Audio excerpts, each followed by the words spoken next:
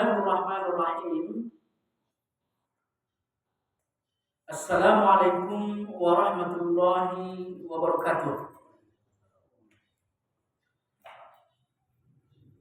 Alhamdulillahi rabbil alamin. Alladzi nahmaduhu wa nasta'inuhu wa nastaghfiruh wa na'udzu billahi min syururi anfusina wa min sayyiati a'malina. Man yahdihillahu fala mudilla lahu wa man yudlilhu fala hadiyalah. Ashhadu an la ilaha illallah wahdahu la syarika lah wa ashhadu anna Muhammadan abduhu wa rasuluhu la nabiyya ba'dah. Qala Allah tabaraka wa ta'ala fi kitabil karim, a'udzu billahi minasy syaithanir rajim. Ya ayyuhalladzina amanu taqullaha haqqa tuqatih wa la tamutunna illa wa antum muslimun. Hadirin sekalian, bapak-bapak, saudara-saudara yang saya muliakan, kembali sama-sama kita panjatkan puji dan syukur atas karunia dan nikmat yang senantiasa diberikan kepada kita semua. Semoga saja nikmat dan karunia tersebut dapat menjadikan kita lebih mudah untuk menjalankan perintah-perintah Allah Subhanahu wa taala dan meninggalkan segala sesuatu yang dilarang. Karena sesungguhnya semua nikmat Allah karuniakan kepada kita, tidak ada tujuan yang lain terkecuali untuk melakukan hal yang tadi disampaikan. Kemudian salawat dan salam mari sama-sama kita junjung tinggikan tentunya kepada Nabi kita yang sangat mulia, Nabi besar Muhammad sallallahu alaihi wasallam. Semoga saja kita semua dapat melakukan ibadah kepada Allah sesuai dengan petunjuk dan sunnah yang telah diajarkan. Karena hal ini merupakan salah satu persyaratan sehingga nantinya ibadah kita akan diterima di hadapan Allah Subhanahu wa taala sebagai kebaikan. Nah, jemaah sekalian, kajian tafsir pada hari ini insya Allah kita akan membicarakan ayat yang ke-58 dari surat Al-Baqarah. Allah berfirman, a'udzu billahi minasy syaithanir rajim. Wa idh qulna dakhulu hadhil qaryata fakulu minha haitsu syi'tum ragada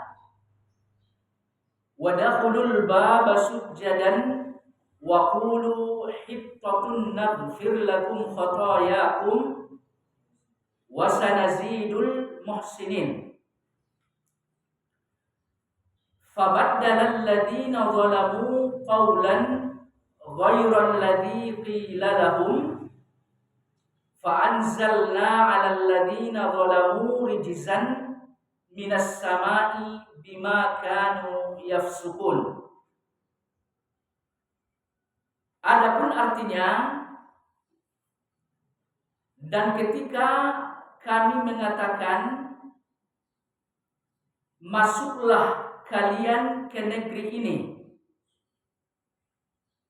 dan makanlah makanan yang ada di negeri tersebut, dan masukilah negeri tersebut dengan membungkuk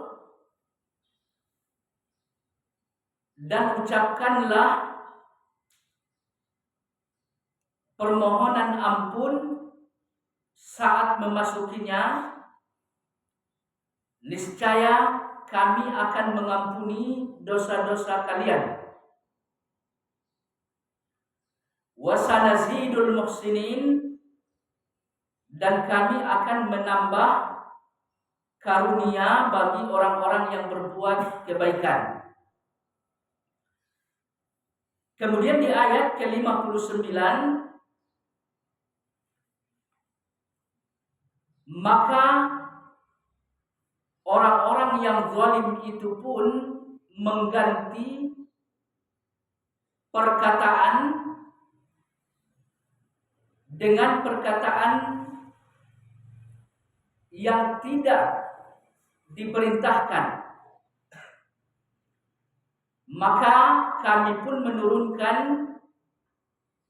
azab kepada orang-orang yang zalim tersebut dari langit, bima kanu yafsukun, disebabkan mereka telah berbuat fasik. Nah, jemaah sekalian, ayat yang mulia ini masih kelanjutan kisah yang terjadi pada Bani Israel, di mana pada pertemuan sebelumnya atau di ayat sebelumnya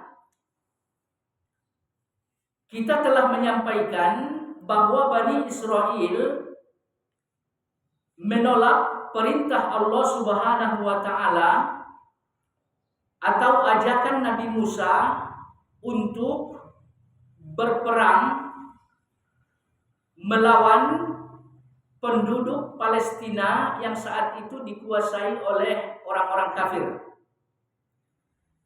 Nah, disebabkan karena penolakan tersebut,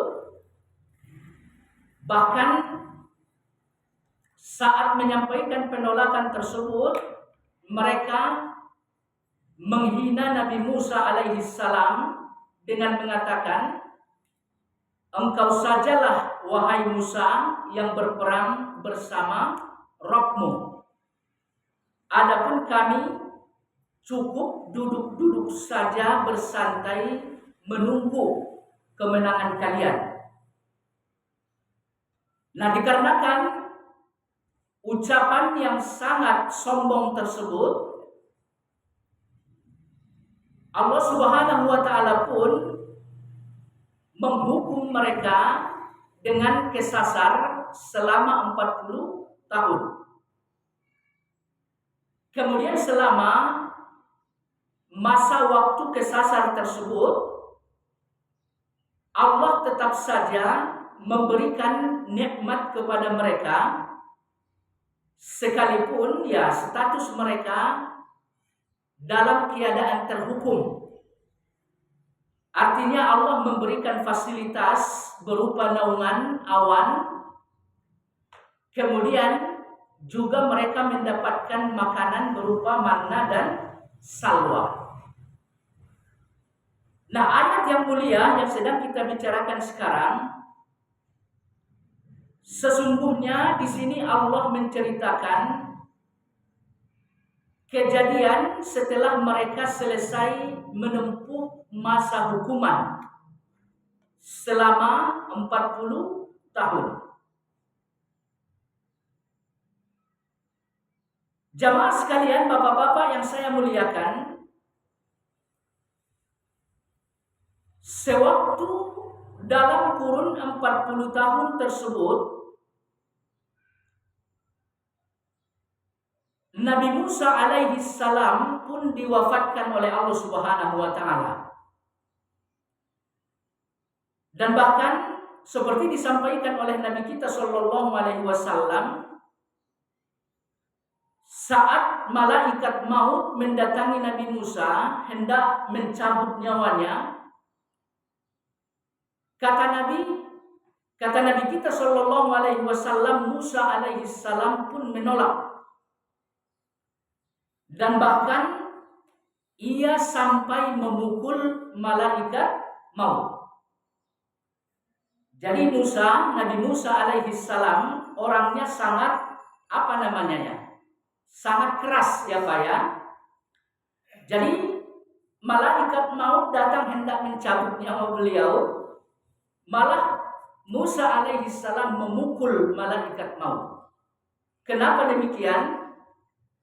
Karena misi pengutusan beliau belum selesai.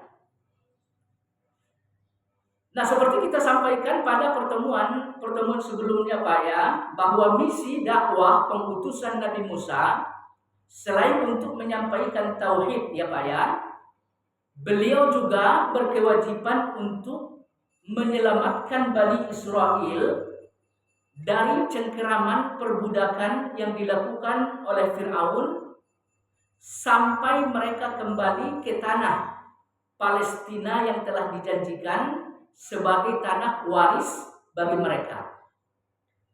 Nah, ini dalam posisi masih kesasar ya Pak ya, masih dalam hukuman. Nah, ini Nabi Musa hendak diwafatkan oleh Allah. Makanya Nabi Musa nggak mau karena misi dakwah belum selesai. Sehingga malaikat maut pun dipukul oleh Nabi Musa. Jadi Nabi Musa ini orangnya sangat keras. Karena memang secara fisik beliau sangat kuat ya Pak ya. Artinya pukul memukul ini selain terhadap malaikat maut, terhadap keluarga Fir'aun pun sewaktu di Mesir ya Pak ya, beliau pernah memukul ya, hingga pada akhirnya keluarga Fir'aun tersebut wafat. Lalu kemudian Musa pun kabur sebagai DPO ya Pak ya. Beliau bersembunyi di negeri apa Pak? Madian. Ya. Nah, jemaah sekalian, dua hal kejahatan sebetulnya Pak ya, ini tetap maksiat ya. Nah, jadi dua maksiat memukul ini di selak-selaknya gitu Pak ya, di selak-selak dua pukulan yang dilakukan oleh Nabi Musa, sebetulnya Nabi Musa telah dinasihati oleh Allah Subhanahu wa Ta'ala melalui apa yang dilakukan oleh Khidir. Ya Pak ya. Jadi di surat Al-Kahfi Bapak akan menemukan kisah Nabi Musa dan Nabi Khidir di dalam surat tersebut. Artinya Nabi Musa menempuh perjalanan ilmu hendak berburu kepada Khidir. Nah, salah satu pelajaran yang disampaikan oleh Khidir saat mereka sampai di pulau setelah berlayar ya Pak ya, ini Khidir langsung memukul anak laki-laki yang masih kecil. Jadi nggak ada angin, nggak ada hujan gitu Pak ya. Khidir langsung memukul anak laki-laki tersebut sampai meninggal Pak. Nah, ini melihat kejadian ini, Nabi Musa protes. Ini kenapa dilakukan? Pelajaran apa yang bisa diambil dari sini? Tentunya Khidir pun menjawab ya Pak ya. Nanti bisa dilihat di surat Al-Kahfi. Hanya saja seperti yang disampaikan oleh Syekh Singkiti Pak ya, sebetulnya pelajaran ini adalah tamparan terhadap Nabi Musa. Ternyata ia secara bawaan alamiahnya gitu Pak ya, melihat pembunuhan terjadi, pemukulan terjadi, marah. Sementara ia melakukan hal itu terhadap siapa? Terhadap keluarga Fir'aun, dan nantinya menjelang wafatnya pun terhadap malaikat maut bahkan. Jadi jemaah sekalian yang saya muliakan, kembali ke sini ya Pak ya. Setelah Nabi Musa wafat, kemudian Yusha bin Nun ya Pak ya, Yusha bin Nun diangkat oleh Allah sebagai penerus misi dakwah Nabi Musa. Nah, siapa Yusha bin Nun? Jawabannya lagi-lagi kita kembali ke surat Al-Kahfi, Pak. Di saat Nabi Musa berangkat untuk bertemu dengan Khidir, Nabi Musa itu ditemani oleh seorang anak kecil. Nah, ulama-ulama tafsir mengatakan bahwa anak kecil yang menyertai Nabi Musa saat keberangkatan untuk menemui Khidirlah Yusha bin Nun yang diangkat menjadi nabi sebagai penerus misi dakwah Nabi Musa. Nah, jemaah sekalian, setelah selesai 40 tahun dengan posisi kesasar di gurun pasir ya Pak ya, maka Yusha bin Nun pun bersama Bani Israel sudah bersiap-siap untuk menaklukkan Baitul Maqdis atau Palestina sesuai dengan misi Nabi Musa. Hanya saja Allah Subhanahu wa taala mengatakan di sini kalau misalkan nanti Palestina udah dikuasai, ya mereka harus sujud syukur gitu Pak. Kemudian mereka harus beristighfar atas dosa-dosa mereka. Nah, jemaah sekalian yang saya muliakan, Nabi kita Shallallahu Alaihi Wasallam di dalam hadis beliau seperti diriwayatkan oleh Imam Ahmad dari sahabat Abu Hurairah ya Pak ya, Nabi mengatakan bahwa matahari yang ada di atas kepala kita itu dulu sempat diminta oleh Yusha bin Nun untuk berhenti sejenak. Matahari itu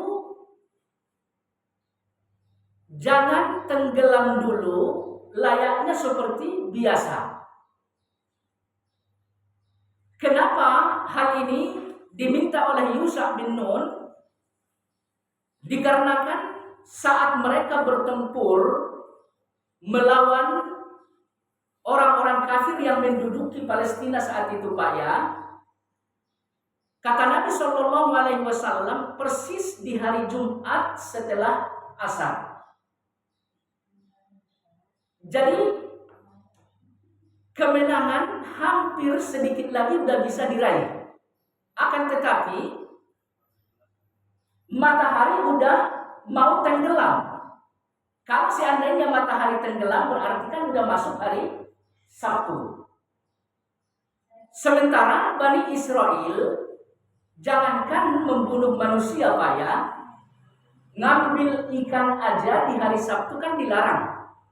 Ya, jadi Yaumus Sabt ada kisah Bani Israel terkait hari Sabtu ya Pak ya, di mana mereka nggak boleh mengambil ikan pada hari itu. Nah ini nih, jangankan manusia gitu Pak ya, ikan aja nggak boleh diambil atau dimatiin pada hari Sabtu. Sementara ini nih, sedikit lagi Maghrib udah tiba nih, kemenangan belum sepenuhnya dikuasai gitu Pak. Kemudian kalau misalkan dihentikan pas waktu Maghrib, ya pasukan tentunya akan membuat strategi baru gitu ya. Maka dalam keadaan seperti itu Yusha pun berdoa kata Nabi Shallallahu Alaihi Wasallam supaya matahari ditunda dulu oleh Allah untuk tenggelam. Lalu apa yang terjadi Pak? Matahari tertahan barang sejenak sampai Yusha bin Nun bersama Bani Israel mendapatkan kemenangan. Nah setelah mereka meraih kemenangan, Allah Subhanahu wa taala mengatakan kepada mereka, masuklah kalian ke kampung tersebut. Nah, kampung di sini sesungguhnya ditafsirkan oleh ulama-ulama kita, ya setidaknya ada 3 pendapat ya Pak ya. Nah, pendapat yang pertama, negeri atau kampung yang disebutkan oleh Allah di sini, Ya, kata ulama kita adalah Baitul Muqaddas atau Palestina. Kemudian penafsiran yang kedua, ulama-ulama kita mengatakan kampung tersebut namanya Ariha. Kemudian pendapat yang ketiga, kampung yang dimaksud di sini adalah Mesir. Nah, jemaah sekalian yang saya muliakan, dari tiga pendapat ini yang paling kuat seperti dikatakan oleh Imam Ibnu Katsir adalah Baitul Maqdis. Ini pendapat yang paling kuat ya Pak ya. Nah, jadi kampung yang dimasuki oleh Bani Israel atau yang ditaklukkan oleh Bani Israel di sini adalah Baitul Maqdis. Baik. Kemudian selanjutnya fakulu minha haitsu syi'tum ragada. Maka makanlah dari negeri tersebut di mana saja dan kapan saja dari makanan-makanan yang baik. Nah, di sini kita lihat Allah Subhanahu wa taala memerintahkan mereka untuk memakan makanan-makanan yang ada di Palestina dimanapun dan kapanpun. Nah, perintah di sini seperti dikatakan oleh Syekh Utsaimin lil ibah, perintah untuk kebolehan. Ya Pak ya, perintah untuk kebolehan. Artinya apa? Disebabkan karena Baitul Maqdis telah dikuasai, maka harta benda orang-orang kafir yang ada di negeri tersebut diperbolehkan untuk dimakan. Ya Pak ya, untuk dicicipi oleh Bani Israel. Jadi ghanimah bagi Bani Israel, harta rampasan perang bagi Bani Israel ya Pak ya, hanya diperbolehkan untuk dinikmati. Hanya seperti itu Pak. Adapun bagi kaum muslimin umat Muhammad ya Pak ya, harta ghanimah rampasan perang ini diperbolehkan untuk dimiliki. Jadi bedanya di situ Pak ya. Kalau kita umat Muhammad boleh memiliki. Kalau Bani Israel hanya boleh menikmati. Kalau di kita istilahnya hanya HGB ya Pak ya. Apa namanya, hak guna pakai ya. Nah, hanya seperti itu aja ya. Nah, kalau umat Muhammad jadi hak milik. Nah, itu posisi ghanimah ya Pak ya. Jadi wallahu a'lam ada beberapa hal Pak ya yang berbeda antara umat Muhammad dengan orang-orang umat terdahulu, dalam hal ini Bani Israel Pak ya. Termasuk ya salah satu masalah ghanimah ya. Kemudian yang kedua, contoh lain misalkan ya Pak ya, yang berbeda antara kita dengan mereka dalam masalah kurban. Nah, bagi umat Muhammad kurban ya boleh dimakan, ya boleh dimakan oleh pengurban gitu ya, atau kaum muslimin gitu Pak. Nah, kalau dulu ya kurban itu tidak boleh dimakan. Bahkan putra Adam ya Pak ya saat berkurban, nah itu kurbannya disambar oleh api, jadi nggak bisa dimakan, nggak boleh. Nah, baik. Kemudian selanjutnya jemaah sekalian yang saya muliakan, Allah Subhanahu wa taala mengatakan, "Wadkhulul baba sujada." Saat nanti kalian masuk ke Baitul Maqdis, ya masuklah kalian dengan cara merunduk. Ya Pak ya. Nah, jemaah sekalian yang saya muliakan, Imam Ibnu Katsir mengatakan di sini bahwa mereka malah masuk dengan cara meninggikan kepala. Artinya tidak mengikuti apa yang diajarkan oleh Allah Subhanahu wa taala. Kemudian selanjutnya jemaah sekalian yang saya muliakan,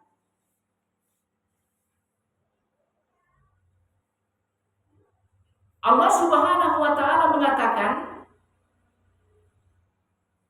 sujadan di sini Pak ya, sujud. Jadi masuk dalam keadaan sujud. Hanya saja di sini ya, ulama-ulama kita mengatakan bahwa sujud di sini tafsirnya adalah rukkaan, ruku.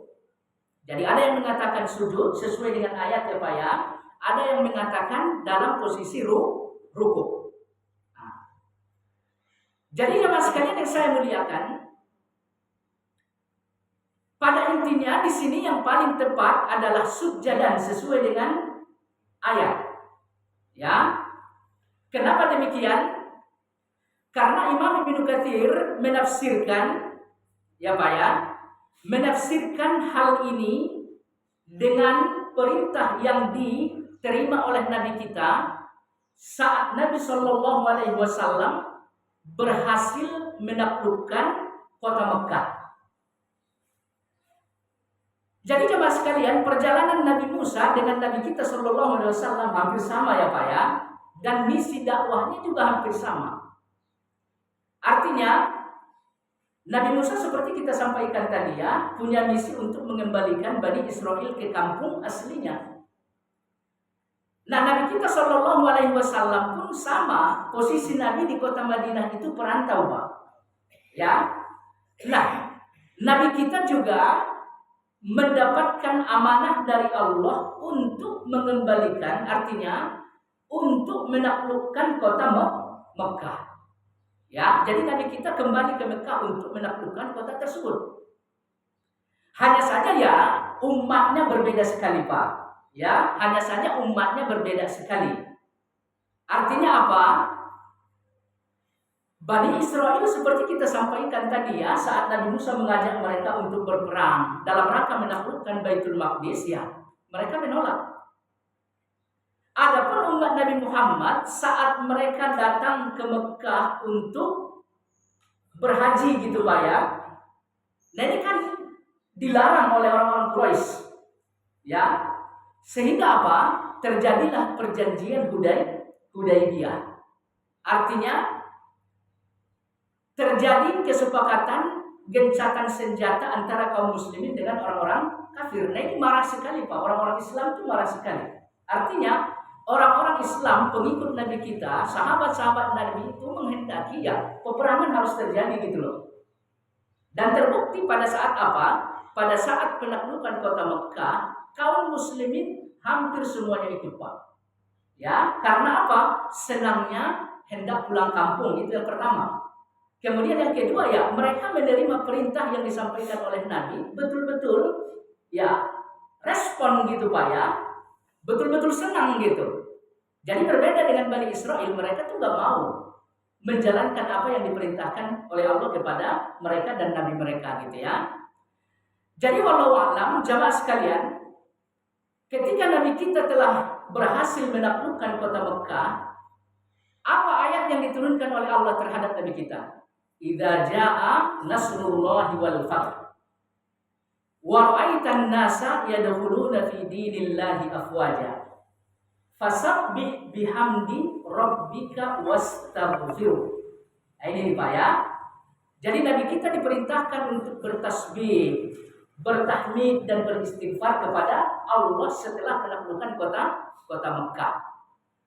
Nah, Imam Ibnu Katsir mengatakan di sini mengutip ya Pak ya, setelah Nabi menaklukkan kota Mekah, beliau melakukan sholat sebanyak 8 rakaat. Ya Pak ya, beliau melakukan apa? Sholat sebanyak 8 rakaat. Hanya saja ulama-ulama kita beda pendapat Pak ya. Sebagian mereka mengatakan sholat itu ya sholat duha, kebetulan waktunya saat itu pas waktu duha. Nah sebagian ulama mengatakan ya sholat tersebut memang sholat khusus yang disyariatkan oleh Allah bagi pemimpin dan panglima perang. Adapun prajurit tidak. Ya Pak ya, hanya bagi pemimpin dan panglima perang apabila mereka menaklukkan daerah yang hendak dikuasai, disunnahkan untuk melakukan sholat sebanyak 8 rakaat, gitu Pak ya. Dan ini juga dilakukan oleh Sa'ad ibnu Abi Waqqas, ya Pak ya, saat ia menaklukkan Persia atau Romawi Pak ya. Jadi wallahu a'lam, beliau berhasil, lalu beliau melakukan sholat sebanyak 8 rakaat, gitu ya. Baik. Nah jemaah sekalian yang saya muliakan, maka oleh karena Nabi melakukan sholat pada saat setelah menaklukkan kota Mekah, sholat terdiri dari sujud ya Pak ya, dan rukuk gitu ya. Maka di sini pun perbedaan antara ulama-ulama kita ya, ada yang mengatakan sujud sesuai dengan ayat, ada yang mengatakan rukuk gitu ya. Sebetulnya nggak ada perbedaan yang mendasar gitu Pak ya. Nggak ada perbedaan yang mendasar, khilafiyah yang mendasar dalam persoalan ini. Baik. Kemudian selanjutnya jemaah sekalian, ya Allah memerintahkan berikutnya ya kepada Bani Israel saat mereka memasuki Baitul Maqdis, ya mereka harus mengucapkan istighfar. Hanya saja istighfar di dalam ayat ini bahasanya apa Pak? Hittah. Ya. Nah jemaah sekalian, dalam bahasa yang kita kenal, hittah itu artinya minta ampun terhadap dosa-dosa atau istighfar. Sama dengan Nabi kita juga tadi Pak. Nabi diperintahkan oleh Allah untuk bertasbih, bertahmid dan beristighfar.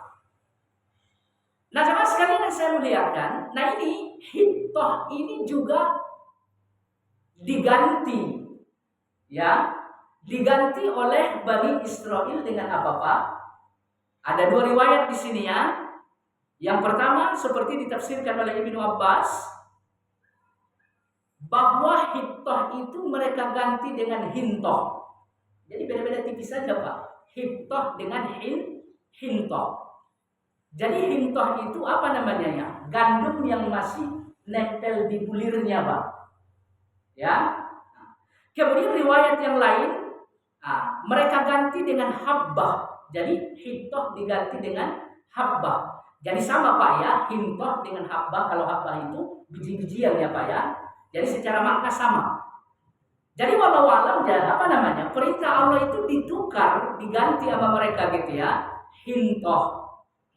Ini jadi pengganti untuk hintoh. Kemudian rukuk atau sujud diganti dengan menegakkan kepala. Nah ini luar biasa ini Bani Israel ya. Baik. Kemudian selanjutnya jemaah sekalian yang saya muliakan, Allah Subhanahu wa taala mengatakan di sini, kalau misalkan mereka mengucapkan hittah, naghfir lakum khotoyakum. Niscaya apa? Dosa-dosa mereka akan diampuni oleh Allah Subhanahu wa taala. Wa sanazidul muhsinin, dan kepada mereka akan ditambahkan berupa karunia dan pahala. Nah jemaah sekalian yang saya muliakan, di bagian akhir ayat ini dapat kita lihat ya Pak ya, bahwa pengampunan terhadap dosa Allah gandengkan dengan tambahan fadilah dan pahala. Artinya apabila seseorang betul-betul bersih dari dosa, ya insya Allah ya, fadilah dan karunia akan dilipat gandakan oleh Allah kepada orang tersebut. Maka oleh karena itu seperti di surat Nuh ya Pak ya, salah satu pembuka banyaknya rezeki bagi mereka, banyaknya anak-anak bagi mereka, kemudian suburnya tanah ladang mereka gitu Pak ya. Kata Nabi Nuh, ini mesti diawali dengan apa? Istighfar, permohonan ampun terhadap dosa-dosa. Jadi sama dengan ayat ini gitu ya. Baik. Akan tetapi jemaah sekalian yang saya muliakan, lagi-lagi bukan Bani Israel namanya kalau enggak nyeleneh. Ya Pak ya. Jadi bukan Bani Israel namanya kalau enggak membantah. Allah Subhanahu wa taala mengatakan fabaddalal ladzina zalamu. Orang-orang zalim dari mereka menukar atau mengganti apa yang diperintahkan dengan sesuatu yang lain. Tadi diperintahkan supaya rukuk atau sujud, mereka masuk dengan mendongakkan kepala. Tadi diperintahkan mereka masuk, ya, berzikir hittah atau istighfar. Mereka ganti dengan kata yang lain. Nah, jemaah sekalian yang saya muliakan, kemudian selanjutnya Allah Subhanahu wa taala mengatakan,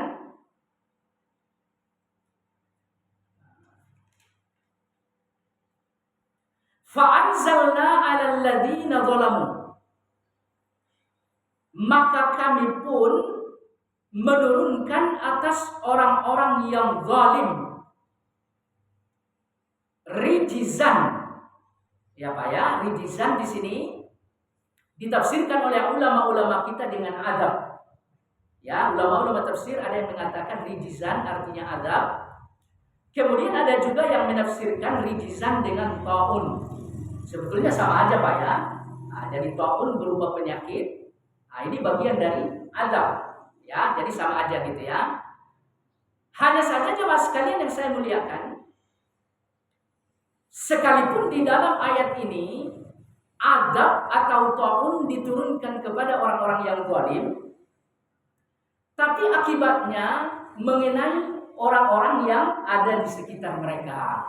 Ya Pak ya. Jadi Allah Subhanahu wa taala apabila menurunkan azab, ini tidak hanya mengenai orang-orang yang berbuat jahat, tidak. Jadi yang lain-lain ikut kena imbasnya Pak.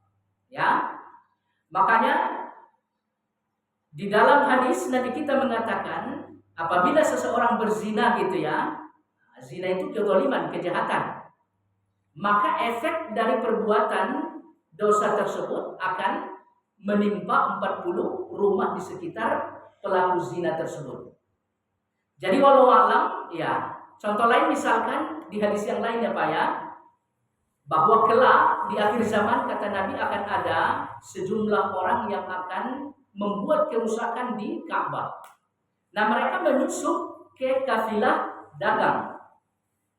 Lalu kemudian Allah menenggelamkan orang-orang yang hendak melakukan kerusakan tersebut bersama dengan kafilah dagang yang mereka tumpangi tadi. Nah, Aisyah bertanya, kok bisa begitu? Ya, Allah Subhanahu wa taala kita menjelaskan ya, kalau Allah menurunkan azab gitu ya, ya, tidak hanya menimpa orang yang melakukan kejahatan atau maksiat saja, enggak, akan tetapi mencakup sekitarnya. Ya Pak ya. Hanya saja posisi hati mereka, yang ada di hati mereka itu yang menjadi nilai mereka saat nanti dibangkitkan. Ya, baik. Kemudian selanjutnya kita lihat di sini minas sama dari langit. Jadi Allah akan turunkan azab kepada mereka minas sama dari langit. Nah, Syekh Utsaimin ya Pak ya mengatakan langit di sini maksudnya tidak mesti langit yang ada di atas kepala kita gitu ya. Jadi as-sama di sini kata beliau menunjukkan tempat yang lebih tinggi. Enggak mesti langit yang kita lihat, enggak. Nah, hal ini sesuai dengan ayat yang disampaikan oleh Allah di dalam Al-Qur'an ya, bahwa kata Allah, jika Bani Israel beriman kepada Taurat, la akalu, mereka akan makan dari atas kepala mereka dan dari bawah telapak kaki mereka. Ya Pak ya. Artinya keberkahan Allah akan berikan dari atas mereka dan dari. Jadi walau alam, azab di sini pun enggak menunjukkan mesti dari langit Pak ya, enggak mesti. Ya, ini yang dijelaskan oleh Syekh Utsaimin. Baik. Kemudian selanjutnya jemaah sekalian yang saya muliakan, di bagian akhir ayat ini Allah mengatakan bima kanu yafsukun, atas kefasikan yang mereka perbuat. Nah, jemaah sekalian yang saya muliakan, bagian akhir ayat ini kita lihat Allah menyebutkan kanu atau kana ya Pak ya. Kemudian setelahnya Allah menyebutkan fi'il mudhari yafsukun. Nah, kaidah bahasa ya Pak ya, kalau kana disebutkan dalam bahasa Arab, lalu setelahnya disebutkan lagi kata kerja continuous. Di sini yang sukun ya Pak ya. Nah ini menunjukkan apa? Menunjukkan kefasikan semacam ini akan berlanjut. Ya, nggak hanya terjadi pada Bani Israel, tapi akan diadopsi oleh umat-umat yang datang berikutnya. Nah, jadi walau alam secara bahasa seperti itu Pak ya. Makanya kalau dalam hadis misalkan Bapak membaca kana Rasulullah Shallallahu Alaihi Wasallam misalkan, setelahnya disebutkan fi'il mudhari ya Pak ya, disebutkan kata kerja continuous, menunjukkan bahwa aktivitas Nabi itu berulang-ulang dan sudah menjadi rutinitas Nabi kita Shallallahu Alaihi Wasallam. Jadi ini pun sama seperti itu Pak. Kefasikan semacam ini tidak hanya terjadi pada Bani Israel, tapi apa? Keadaan semacam ini akan selalu terjadi di umat yang datang di kemudian hari. Baik. Nah, jemaah sekalian yang saya muliakan, beberapa intisari yang mesti kita petik dari ayat yang mulia ini. Yang pertama, seperti kita sampaikan tadi ya, bahwa dalam hal ini misi risalah Nabi Musa dengan misi risalah Nabi kita ada kesamaan. Maka oleh karena itu jemaah sekalian, perintah yang disampaikan oleh Allah di dalam ayat ini kepada Bani Israel mesti kita amalkan. Karena hal yang sama juga diperintahkan kepada Nabi kita Shallallahu Alaihi Wasallam. Tadi kita sampaikan perintah untuk Nabi disampaikan oleh Allah di surat An-Nasr ya Pak ya. Idza jaa nasrullahi wal fath.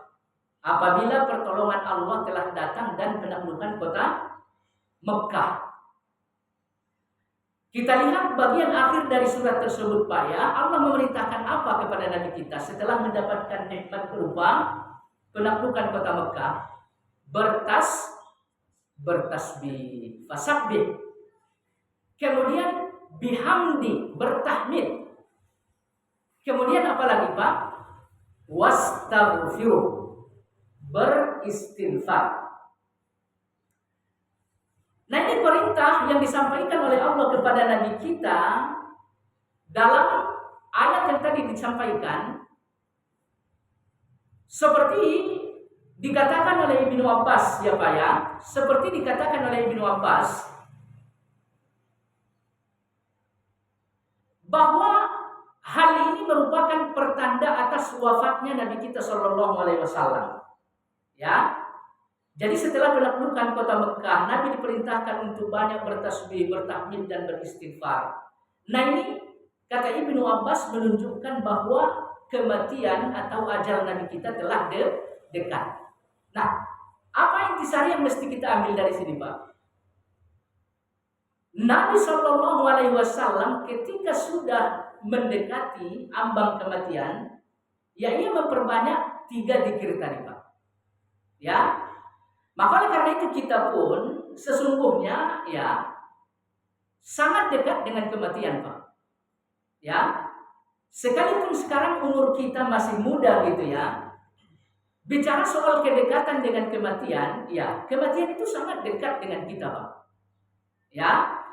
Terkhusus untuk orang-orang yang udah lanjut usia Pak ya. Ya seperti Nabi di usia yang lanjut, inilah yang ia dapatkan sebagai perintah dari Allah. Nah jemaah sekalian, disebabkan karena kita sangat dekat dengan kematian, ya kita harus banyak-banyak bertasbih kepada Allah. Ya, kita harus banyak-banyak bertahmid kepada Allah Subhanahu wa Ta'ala. Ya, kita harus banyak-banyak beristighfar kepada Allah Subhanahu wa Ta'ala. Nah, sama sekalian, kenapa zikir ini yang mesti kita banyakkan? Karena tasbih dan tahmid ini merupakan terjemahan dari La ilaha illallah. Tasbih subhanallah, maha suci Allah. Maha suci Allah dari apa, Pak? Maha suci Allah dari segala kesyirikan. Kemudian maha suci Allah dari segala kekurangan. Maha suci Allah dari cacat dan sebagainya. Nah ini nih. Jadi tasbih menafikan segala bentuk kekurangan-kekurangan, segala bentuk kesyirikan-kesyirikan dari Allah Subhanahu wa taala. Inilah la ilaha. Masih ingat gak Pak rukun di la ilaha illallah? Di la ilaha itu apa? Nafi. Di la ilaha dulu Pak ya. Nah, jadi di la ilaha tidak ada ilah. Di sini ada rukun la ilaha illallah yang pertama yaitu nafi. Kita harus menafikan segala bentuk Tuhan-Tuhan selain Allah gitu ya. Nah ini nih subhana, kandungannya an-nafyu sama dengan la ilaha. Kemudian alhamdulillah, tahmid kepada Allah, segala puji bagi Allah. Nah kita memuji Allah karena yang dipuji itu ya yang sempurna gitu Pak ya. Jadi kita tetapkan kesempurnaan bagi Allah dengan memuji Allah. Nah ini isbat. Ya Pak ya, ini isbat. Kita tetapkan segala kesempurnaan bagi Allah. Apapun takdir yang Allah timpakan kepada kita, kita pandang itu paling sempurna, nggak ada masalah, nggak ada cacatnya gitu ya. Sehingga kita ucapkan alhamdulillah. Nah sama sekalian, dengan posisi menzikirkan subhanallah walhamdulillah, tentunya dengan ilmu ya Pak ya, posisi kita sedang memperbaharui apa? La ilaha illallah. Ya Pak ya, sedang memperbaharui la ilaha illallah. Ini dalam bentuk zikir Pak. Zikir memperbaharui la ilaha illallah dengan apa? Menzikirkan subhanallah walhamdulillah atau subhanallah wa bihamdihi. Nabi kita Shallallahu Alaihi Wasallam pun ya memperbaharui tauhidnya dengan apa? Merutinkan membaca Al-Kafirun di rakaat pertama, Al-Ikhlas Qul huwallahu ahad di rakaat kedua pada saat ba'diyah maghrib dan qobliyah subuh. Jadi tauhid itu mesti diperbaharui Pak ya, mesti diperbaharui. Jadi walau alam ini intisari yang mesti kita petik di sini Pak ya. Kita harus senantiasa menjaga dan memperbaharui tauhid yang ada di dalam hati kita dengan merutinkan zikir yang diajarkan oleh Allah kepada Nabi saat Nabi telah berhasil menaklukkan kota Mekah. Ya Pak ya. Karena ajal sudah dekat. Ya Pak ya. Baik. Kemudian yang kedua istighfar. Ya istighfar ini mencakup perbuatan-perbuatan kita di atas dunia ini Pak. Ya kita katakan kebaikan yang kita lakukan belum tentu ya Pak ya. Belum tentu lebih banyak dari maksiat yang terjadi pada diri kita. Belum tentu. Ya. Karena kebaikan biasanya kita lakukan dengan kesengajaan. Kadang-kadang maksiat itu terjadi ya tanpa sengaja, tanpa disadari gitu Pak ya. Jadi walau alam ini semuanya harus kita bersihkan dengan istighfar. Ya Pak ya. Jadi perbanyak istighfar supaya apa? Dosa-dosa kita itu diampuni oleh Allah Subhanahu wa taala. Supaya kebaikan-kebaikan kita itu diterima oleh Allah Subhanahu wa taala. Jadi agak berbeda Pak ya, agak berbeda. Para nabi-nabi mereka istighfar meminta ampun atas kebaikan yang dilakukan. Paham gak Pak? Jadi para nabi-nabi itu mereka sebetulnya melakukan kebaikan, melakukan perintah Allah, tapi untuk kebaikan itu mereka istighfar. Ya contoh misalkan Nabi kita apabila ia selesai dari sholat Pak ya, sholat kira-kira kebaikan atau bukan Pak? Kebaikan. Nah Nabi kita selesai dari sholat ya, ia bacakan istighfar sebanyak 3 kali. Jadi Nabi beristighfar untuk kebaikan yang dia lakukan. Kemudian di surat Al-Baqarah nanti kita lihat ya Pak ya, Ibrahim bersama putranya Ismail setelah berdua selesai membangun ulang Ka'bah, mereka meminta ampun kepada Allah Subhanahu wa taala. Ya Pak ya. mereka bertaubat kepada Allah Subhanahu wa taala. Jadi mereka taubat atas kebaikan yang mereka lakukan. Nah, apa yang mesti kita pahami di sini, Pak? Untuk kebaikan yang dilakukan oleh nabi-nabi, mereka bertaubat, beristighfar. Lalu bagaimana dengan dosa-dosa? Ya Pak ya, lalu bagaimana dengan dosa-dosa? Tentunya mereka jauh lebih banyak istighfar dan taubatnya terkait kesalahan dan dosa-dosa. Nah sekarang kita bagaimana Pak? Kita istighfar untuk kebaikan yang kita lakukan atau untuk dosa-dosa yang kita lakukan? Untuk dosa-dosa aja nggak cukup Pak. Istighfar kita sama dosa-dosa yang kita perbuat nggak berbanding lurus gitu loh. Kalau misalkan kita berdosa 10, kita istighfar 10, ya insya Allah aman gitu ya. Ini ya nggak berbanding lurus. Ya Pak ya. Jadi walau itulah kita, karena banyaknya dosa-dosa, istighfar kita untuk dosa kita aja nggak cukup. Lalu bagaimana untuk kebaikan yang kita lakukan? Nah perlu kita ketahui jamaah sekalian, dosa akan digugurkan oleh Allah dengan istighfar. Kebaikan akan diterima oleh Allah dengan istighfar. Karena sebaik apapun kebaikan yang dilakukan oleh manusia, di sana tetap akan ada kekurangan dan cacat. Ya Pak ya, nggak akan sempurna. Ya sempurna di mata kita, sempurna dalam perasaan kita. Adapun di hadapan Allah, nggak akan ada sempurnanya Pak. Sekhusyuk apapun kita sholat, di hadapan Allah itu nggak sempurna. Maka oleh karena itu, kealpaan dan kekurangan kita dalam menjalankan kebaikan ini, kalau misalkan nggak diampuni oleh Allah, ya udah kebaikan itu nggak diterima.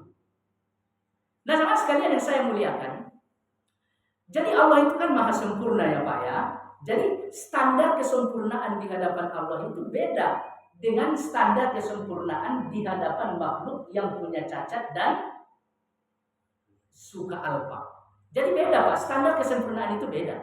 Ya contoh misalkan Bapak ya, alhamdulillah kaki lengkap. Ya, kaki lengkap. Tentu standar untuk yang lain Bapak lebih tinggi dibanding orang yang cacat nggak punya kaki. Bisa dipahami nggak Pak? Jadi orang kalau misalkan nggak ada kakinya, ya dia dapat kaki aja sebetulnya udah cukup gitu loh. Nah orang yang punya kaki ya udah nggak mikirin kaki, udah mikirin yang lain kan begitu. Jadi sama seperti itu analoginya kita dengan Allah gitu ya. Kita tuh serba lemah, serba berkekurangan, serba banyak kesalahan. Nah sekalipun satu kebaikan dalam pandangan kita sempurna, itu pandangan kita. Kebaikan yang kita pandang sempurna belum tentu sempurna dalam pandangan Allah dan yang maha sempurna. Maka oleh karena itu apapun kebaikan kita akan ada kurangnya, akan ada kesalahannya. Ini semua kita harapkan ampunan dari Allah sehingga nanti kebaikan ini diterima di sisinya gitu ya. Baik. Jadi inti dari pesan yang ingin saya sampaikan ya, berbaharui la ilaha illallah dengan zikir, tasbih dan tahmid. Perbaiki hidup dengan apa? Istighfar kepada Allah Subhanahu wa taala. Seperti diriwayatkan oleh Aisyah bahwa Nabi kita mengatakan Pak ya, orang-orang yang akan selamat nanti dihisab saat Allah menghitung amalnya, bukan berarti orang-orang ini orang yang tidak berdosa. Mereka berdosa. Hanya saja kata Nabi seperti diriwayatkan oleh Aisyah, dosa-dosa mereka digugurkan dengan banyak beristighfar. Seperti itu Pak. Ya, baik. Kemudian selanjutnya intisari yang mesti kita petik berikutnya dari ayat yang mulia ini,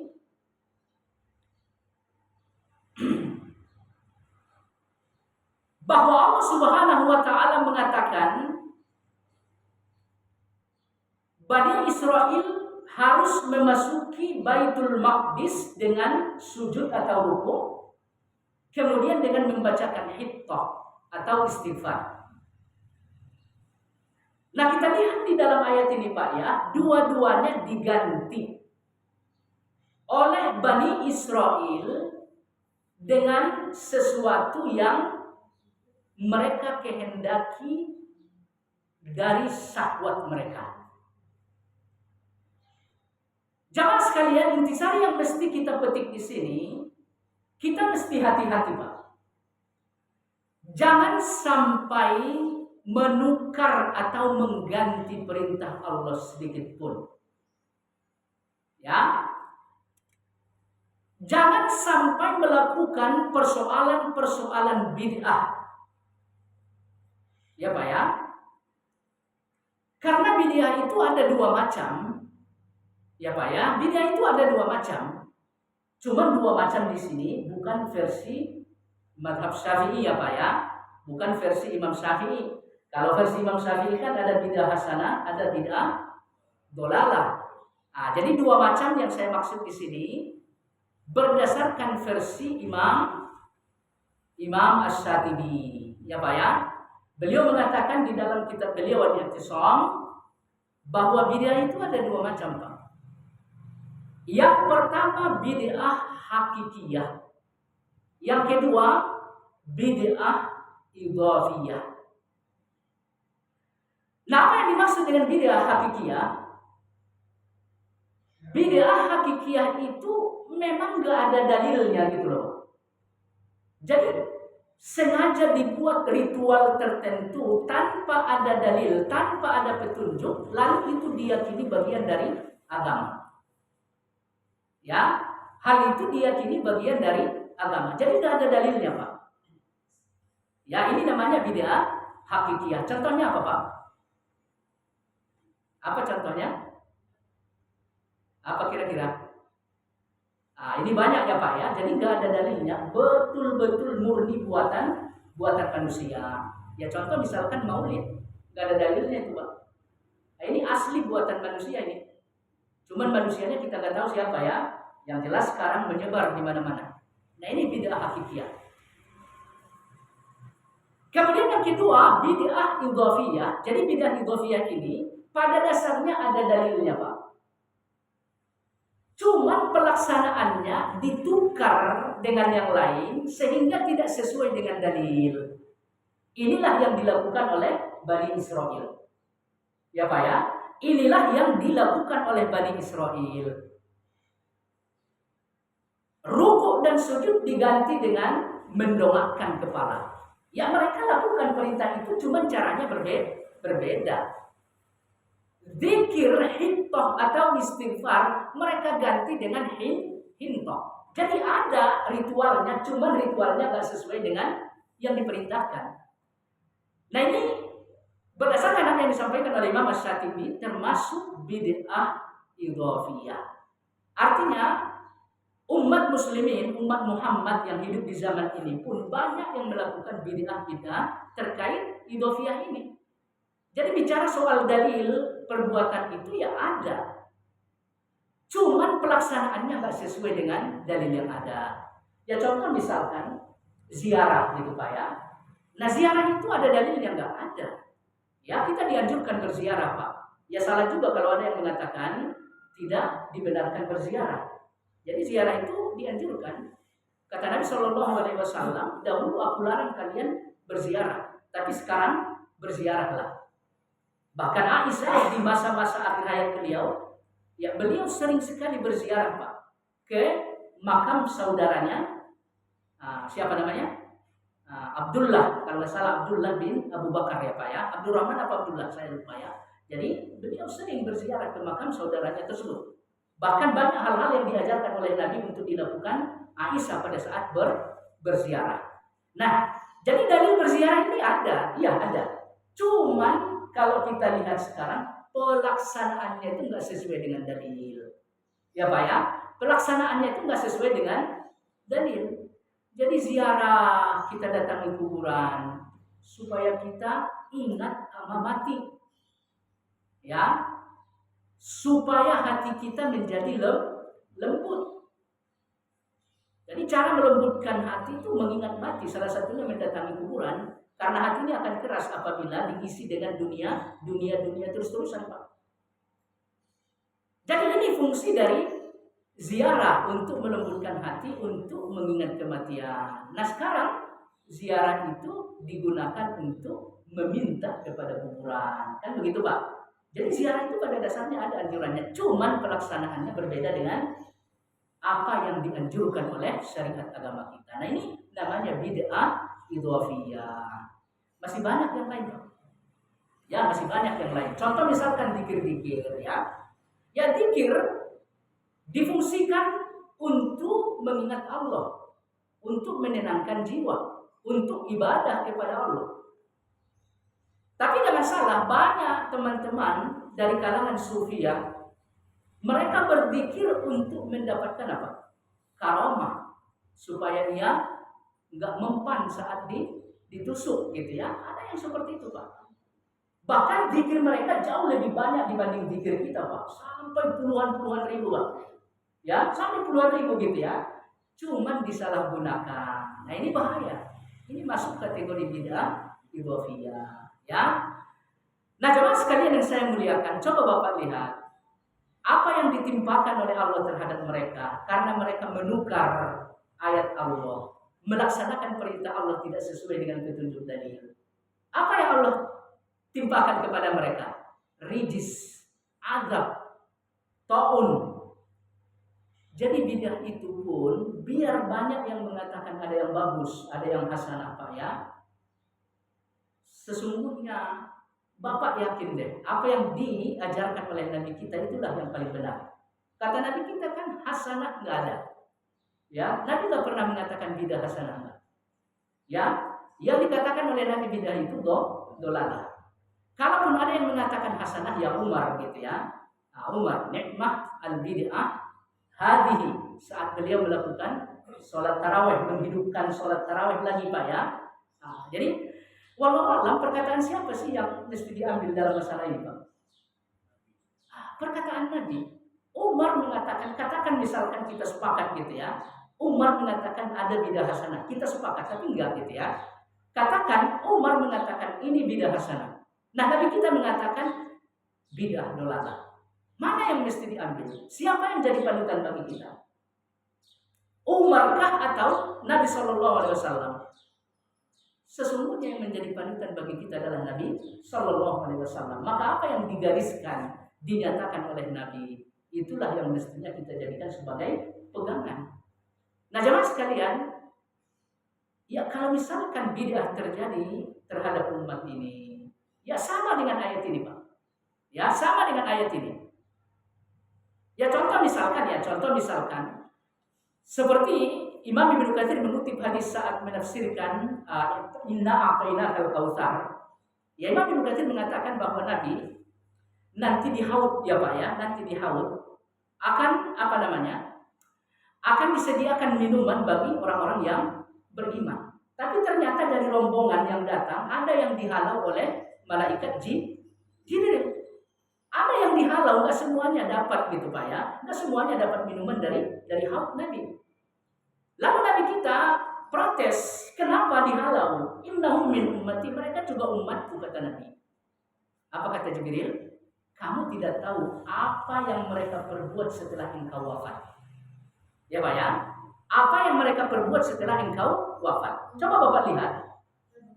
Mereka melakukan penambahan dan pengurangan terhadap syariat agama setelah wafatnya Nabi kita. Akibatnya apa? Dihalau, enggak diizinin sama malaikat Jibril untuk ikut menikmati haul. Nah, mas sekalian yang saya muliakan, jadi walau alam, ya bid'ah itu dolalah, akan ada konsekuensinya. Maka oleh karena itu ya, lepas dari perbedaan-perbedaan yang ada, ambil jalan yang aman Pak. Ambil jalan yang paling sesuai dengan apa yang digariskan oleh Nabi Shallallahu Alaihi Wasallam. Ya, baik. Kemudian selanjutnya intisari ketiga, sebetulnya tadi sudah kita singgung ya Pak ya. Kalau seandainya kita banyak beristighfar, di ayat ini Allah sebutkan apa? Wasanazidul muhsinin. Kami akan menambahkan karunia, fadilah, pahala bagi mereka yang melakukan kebaikan. Jadi istighfar itu adalah salah satu perbuatan yang dilakukan oleh orang-orang baik. Ya Pak ya. Jadi simbol atau tanda orang baik itu ya banyak beristighfar. Itu maksudnya yang pertama Pak. Ya, jadi banyak-banyak beristighfar. Nah jemaah sekalian, siapapun manusianya pasti menginginkan pelipat gandaan terhadap apa? Karunia dan nikmat. Pasti Pak. Siapapun manusianya pasti menginginkan balasan yang besar gitu ya, balasan yang berlipat ganda. Terkhusus dalam masalah urusan keduniaan. Ya Pak ya. Bicara soal kesehatan, kesehatannya diperbaiki oleh Allah. Nah ini semuanya pasti mau Pak. Bicara soal rezeki, rezekinya dimudahkan oleh Allah. Pasti semuanya mau gitu ya. Bicara soal anak-anak, gampang diurus, ya pasti semuanya mau gitu ya. Ternyata caranya apa? Ya istighfar. Ya Pak ya, perbanyak istighfar ya. Jadi wallahu alam, istighfar ini apa namanya ya? Kalau dalam bahasa kan apa namanya? Perisai gitu loh Pak, penutup. Jadi tameng yang digunakan oleh apa namanya? Pasukan saat perang itu ya, namanya ini nih. Istighfar ini sama Pak ya. Nah, jadi wallahu alam, kalau kita beristighfar, sepertinya kita itu punya tameng gitu loh. Punya tameng. Jadi walau akan jamaah sekalian, ini intisari yang bisa kita petik dari ayat 58. Kemudian ayat ke-59, tadi sudah kita jelasin Pak ya. Mereka mengganti perintah Allah Subhanahu wa taala ya dengan hal yang mereka sukai berdasarkan syahwat mereka. Ya. Nah, wallahu a'lam jemaah sekalian yang saya muliakan. Kemudian selanjutnya kita lihat di sini ya, konsekuensinya apa? Adab, rijis. Ya, rijis. Jadi wallahu a'lam, apapun ayat yang diganti itu bahaya, Pak. Bahaya ya. Bani Israel secara khusus ya, kepada mereka diturunkan dua agama Yahudi dan agama Nasrani. Ini dua-duanya apa namanya, melakukan apa yang dilarang oleh Allah dalam hal menukar atau mengganti ayat. Yahudi banyak sekali merubah-rubah ayat. Nasrani banyak sekali merubah ayat. Semuanya nggak ada yang berakhir baik Pak. Ya, semuanya mendapatkan konsekuensi dari apa yang mereka rubah. Ya, jadi walau alam sekali lagi ya ini mesti dihindari ya, mesti dihindari. Baik.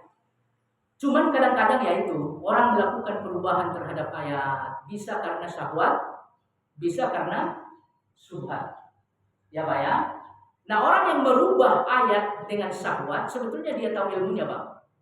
Ya, dia tahu ilmunya ayat ini begini-begini, persis sesuai dengan yang diinginkan oleh Allah. Ya dia paham gitu loh.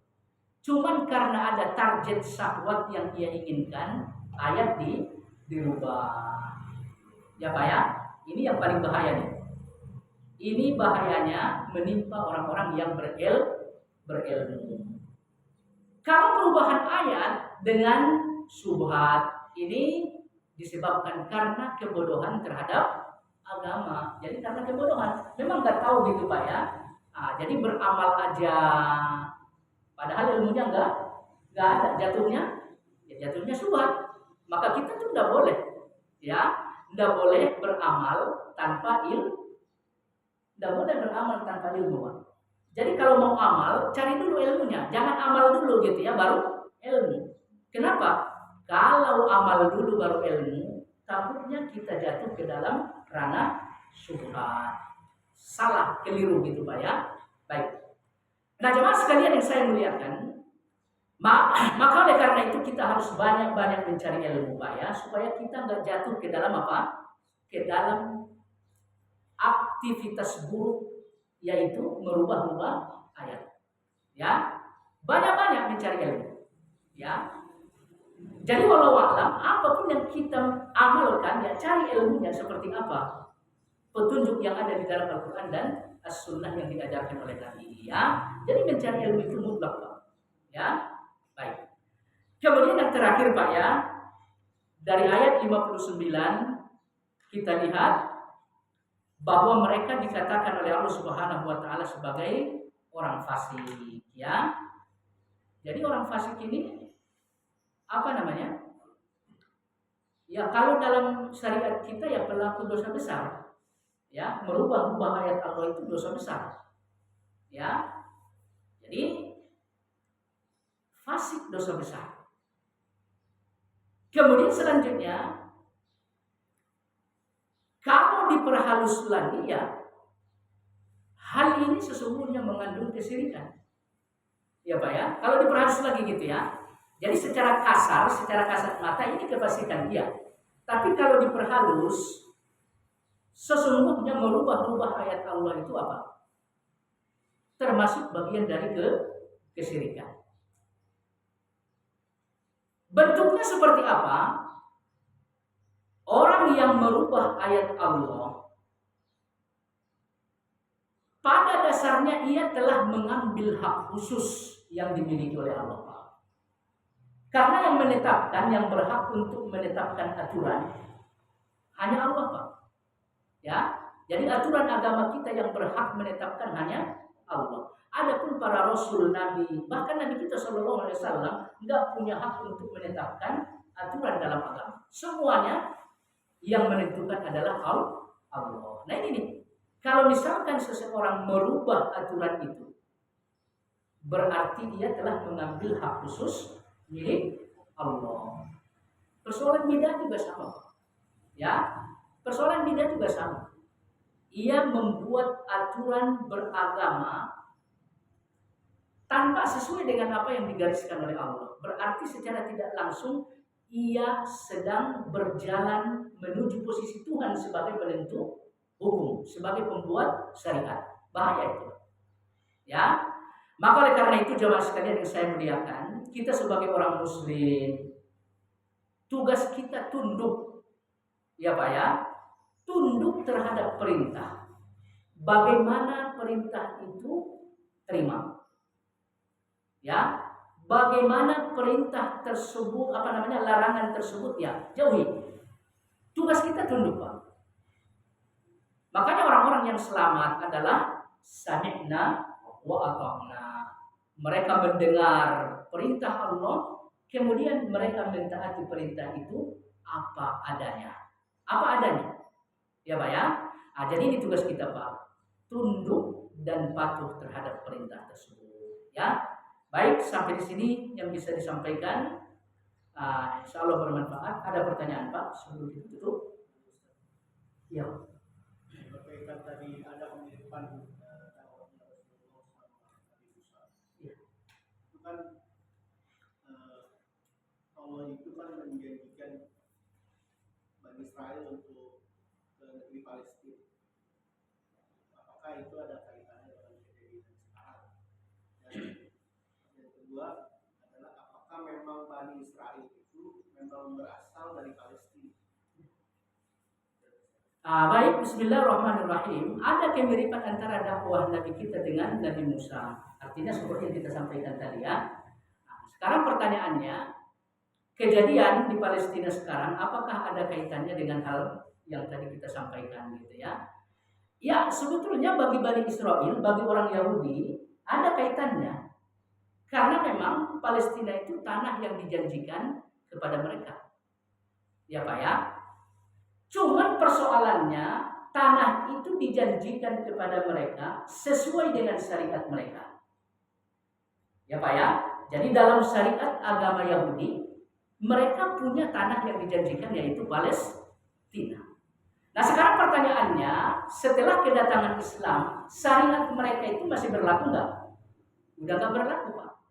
Dengan demikian, tanah yang dijanjikan Palestina ya, yang dijanjikan untuk mereka secara syariat sudah batal. Ya, karena turunnya Islam menghapuskan semua syariat-syariat agama terdahulu. Jadi dengan demikian ya, tanah ini yang milik kaum muslimin. Ya, milik kaum muslimin. Baik. Kemudian apakah benar orang-orang Yahudi itu berasal dari Palestina? Ya betul. Karena sejarah perjalanan mereka berawal dari keluarga Yakub. Ya Pak ya. Jadi Yakub bersama 12 putranya itu tinggal di Palestina.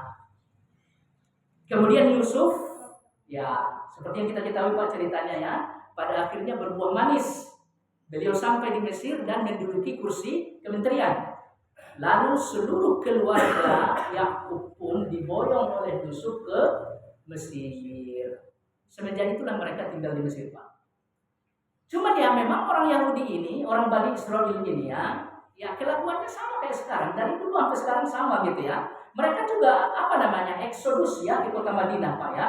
Karena di dalam kitab mereka, Nabi terakhir yang akan diutus itu akan terlahir di daerah yang bertanaman kurma. Jadi mereka eksodus ke kota Madinah Pak. Cuman nyampe di sana kerjaannya apa? Merusak. Ini orang Yahudi ini suka ngerusak ya.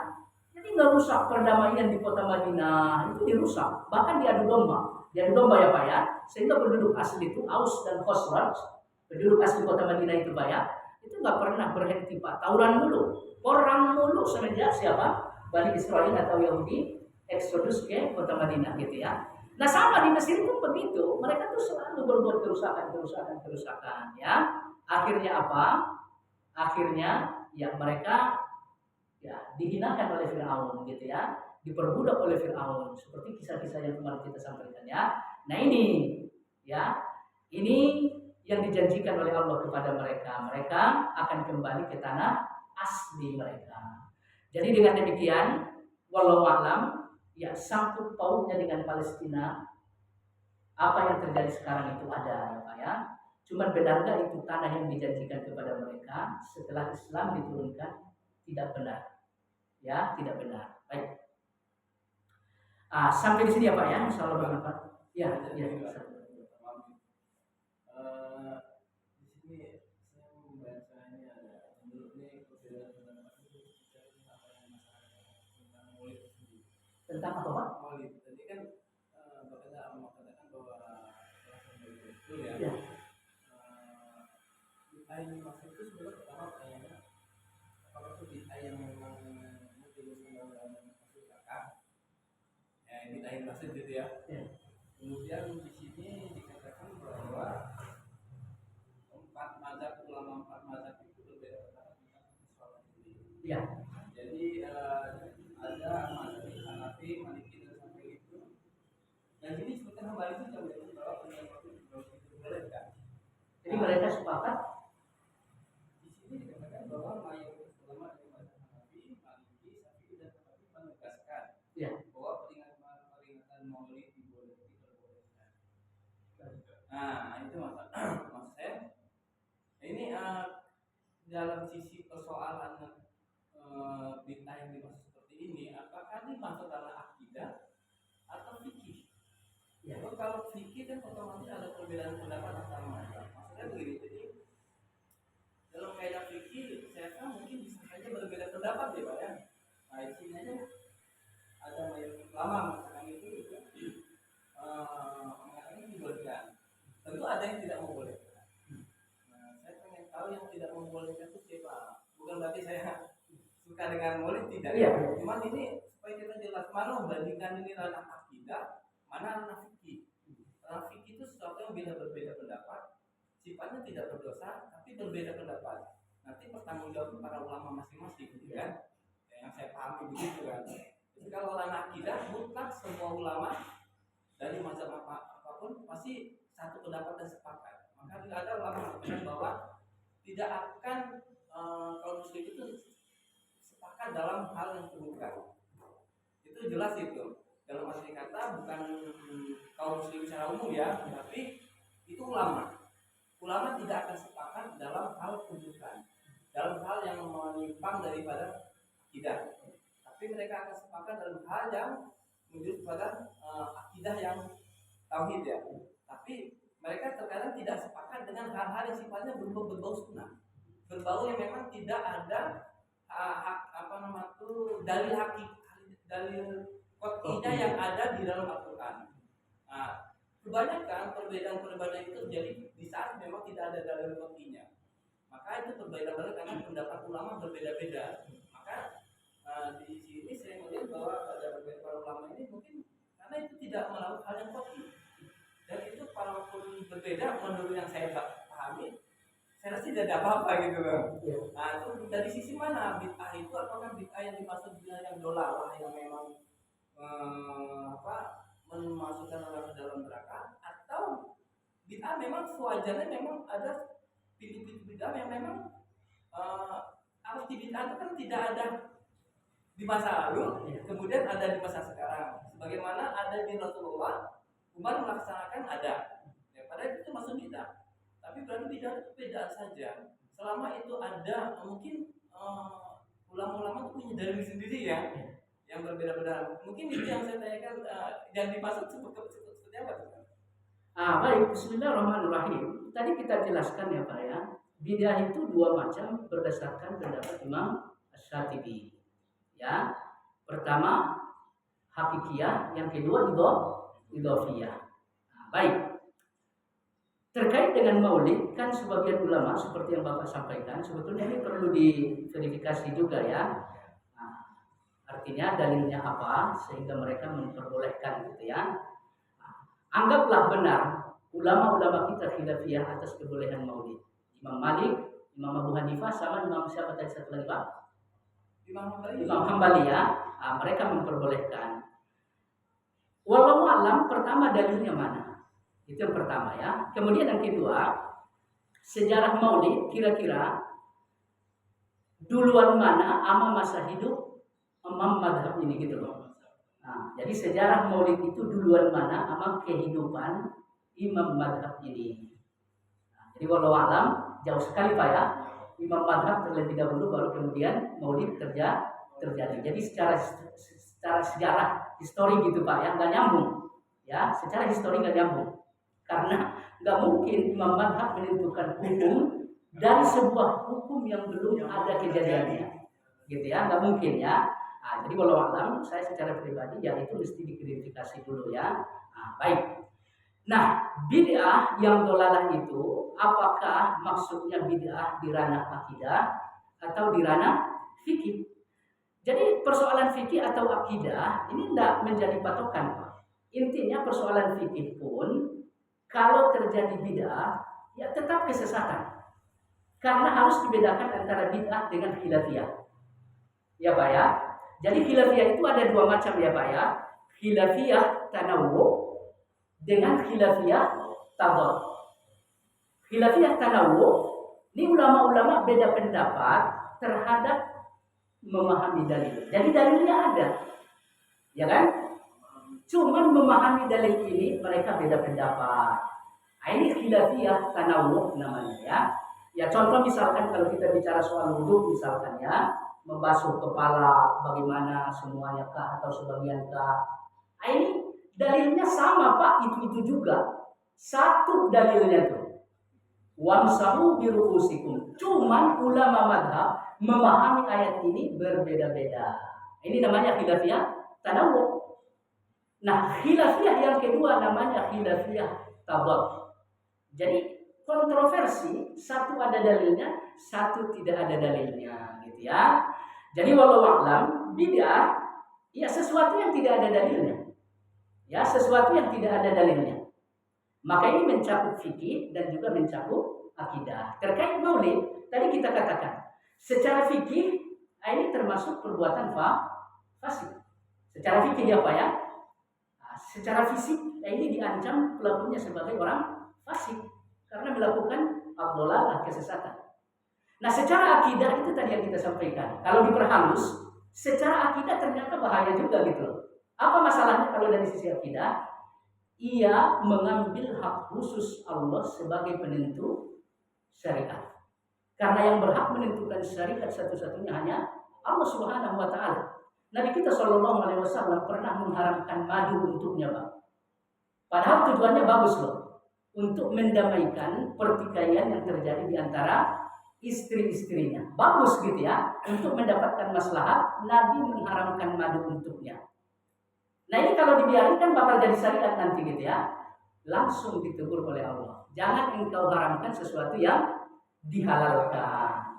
Jadi hanya Allah penentu syariat. Maka kalau diperhalus tadi ya, kalau diperhalus ya itu tadi. Letak sisi akidahnya mana? Orang tersebut sedang berupaya untuk menjadi penentu syariat. Gitu Pak. Maka oleh karena itu saya sampaikan persoalan maulid ya bid'ah secara fikih, bid'ah secara akidah. Cuman persoalannya apakah pihak yang menentang menerima argumentasi ini? Itu persoalannya ya. Jadi dari dulu sampai sekarang ini menjadi perdebatan-perdebatan. Intinya dalilnya nggak ada. Nggak ada dalilnya, Pak. Ya. Turunannya nggak ada gitu Pak ya? Gimana?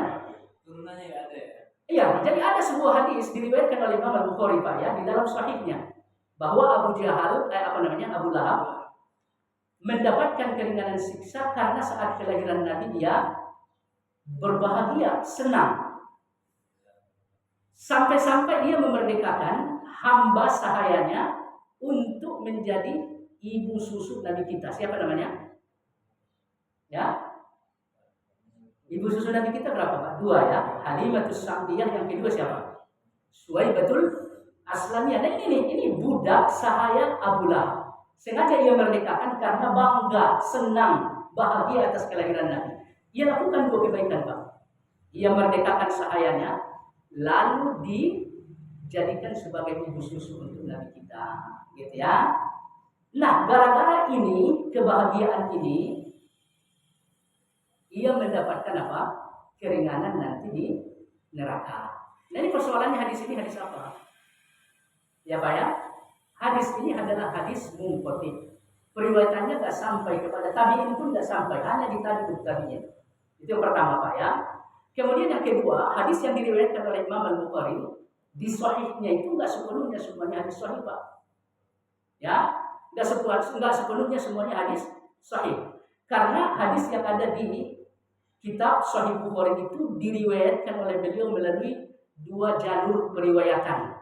Ya, Pak ya, ada 2 jalur periwayatan. Ini nggak perlu kita bahas lah ya. Imam An-Nawawi telah menulis buku khusus untuk menempuh 2 jalur tadi supaya kita ketahui mana hadis yang dhaif dan hadis yang sahih di dalam kitab Sahih Al-Bukhari. Intinya yang ingin saya sampaikan, jangan mentang-mentang hadis yang diriwayatkan Imam Al-Bukhari sudah dianggap sahih semua, enggak. Kalau hadis yang diriwayatkan oleh Imam Muslim dalam sahihnya ini disepakati sahih. Ya, Pak ya, kalau Sahih Muslim itu disepakati sahih. Kalau Bukhari, tunggu dulu. Imam An-Nawawi mengatakan, baca dulu buku saya nih. Dia tulis buku khusus sebagai pedoman untuk memasuki Sahih Al-Bukhari. Maka oleh karena itu, ya, hadisnya dhaif. Insya Allah yang sepakat dengan Maulid juga mengatakan dan sepakat kalau itu dhaif. Hadisnya munqati. Nah, jadi nggak ada dalilnya gitu ya. Kalau nggak ada dalilnya, baik ia ranah fikih, ya tetap kesesatan, tetap keliruan. Karena itu masuknya ke khilaf tadad. Ya, Pak ya. Nah, yang ada dalilnya di ranah fikih, itu namanya khilaf tanawwu. Nah, ini boleh Bapak mau terserah mau pakai mazhab mana juga gitu ya. Tapi memang ada dalilnya. Persoalan pemahaman terhadap dalil ya itu tugas ulama mujtahid gitu ya. Tapi kalau nggak ada dalilnya, jangan sekali-kali, Pak. Biarpun persoalan fikih, ya, jangan berkilah itu kan persoalan di luar akidah, jangan. Persoalan fikih itu jangan, karena fikih itu syariat, ya, Pak ya. Syariat itu yang menentukan siapa? Allah Subhanahu Wa Taala. Kalau Allah dan Rasulnya yang menentukan gitu ya, pasti ada petunjuknya gitu ya. Sekalipun turunan dari petunjuk ini banyak gitu ya. Selain Al-Quran ada Sunnah, kemudian ada ijma, ya, ijma, kemudian apa lagi Pak yang disepakati? Kias. Ada 4 yang disepakati ya. Tidak ada dalil berdasarkan 4 hal ini terkait dengan apa? Maulid. Tidak ada. Ya, jadi tidak ada dalilnya. Wallahu a'lam ya. Wallahu a'lam. Cuma terkait khilafiyah yang Bapak bilang tadi perlu ditelusuri ya. Nah, saya jawab sementara ya. Kita lihat dari sisi sejarah aja gitu ya. Ya, sebetulnya Pak. Mudah-mudahan ini kan sebagai wawasan saja. Iya. Jadi ada lagi yang saya ini adanya masyarakat Pak di COVID ya.